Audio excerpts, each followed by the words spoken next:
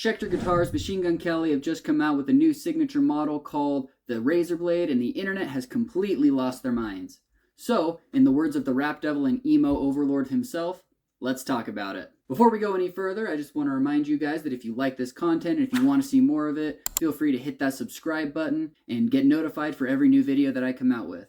Before we get into the controversy of everything, I wanted to start out by just talking about the way the guitar looks, because it's pretty bad. When I first saw a picture of the guitar, I thought honestly that this was a guitar that was supposed to look like a toaster or maybe a shoebox. I had the thought that maybe it was supposed to be like a Bo Diddley tribute type thing, because he would always make those rectangular guitars, and it wasn't until I read the title or the name of the guitar that I really realized what it was exactly supposed to look like. The neck really only goes up to 22 frets according to Schecter's website, which isn't super far. There's also no cutaway on the neck, so if you want to play those higher notes, those higher solos, you're really kind of out of luck. The guitar itself also just looks really hard to play. It doesn't look like it would sit very comfortably. It doesn't look like it would be very balanced. Honestly, I can only imagine with my picking hand what's going to happen as I'm trying to rest it on the angular surface that it's got. All in all, really was not impressed with the guitar itself. The other thing about the guitar is the price tag. On the official Schecter website, this guitar is currently listed for, I think, $1,500. That's at a discount from the $2,000 that it'll be available for after the sale is over. Definitely not something that I would invest in a guitar that looks like this one.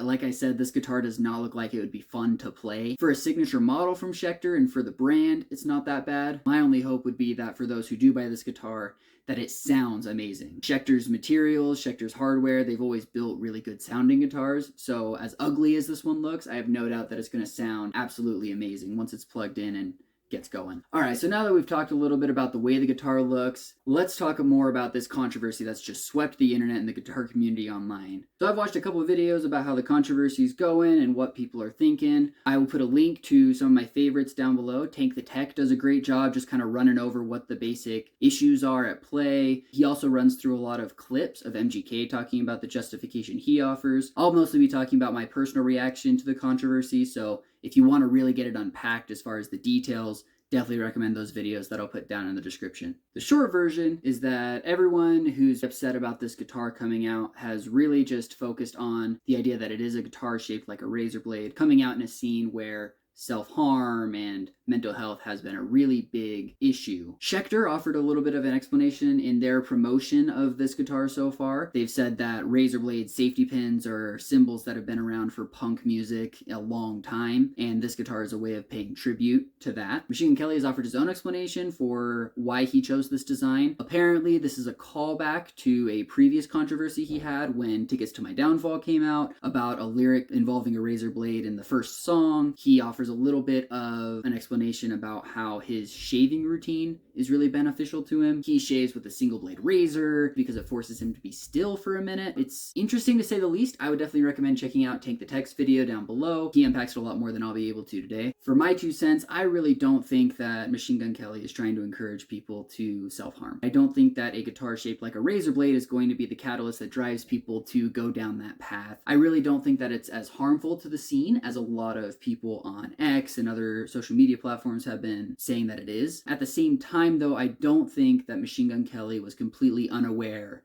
of the kind of controversy this would stir up. If you're looking back on MGK's career, he's always been one to kind of cause mayhem, to stir the pot, whether it's his beefs with Eminem and Corey Taylor, whether it's titling his second album Mainstream Sellout. He's always been using these buzzwords. He's always been trying to do things that get him to the top of people's news feeds and really get people thinking about him. With that in mind, releasing a guitar called the Razor Blade that's specifically marketed towards the emo pop punk hardcore community is very on brand for Machine Gun Kelly to do.